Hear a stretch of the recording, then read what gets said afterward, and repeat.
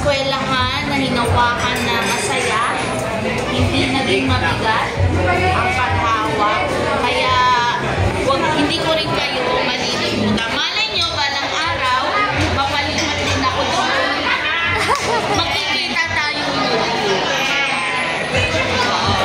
So, yun ang aking mensahe.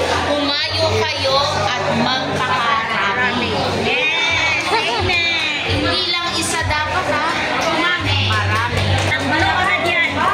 Huli man at magaling na ihahabol pa rin. Tama yun. Okay. Basta kakain lang si Sel. Walang diet ngayon. Kasi hanggang alas 7 pa, oh.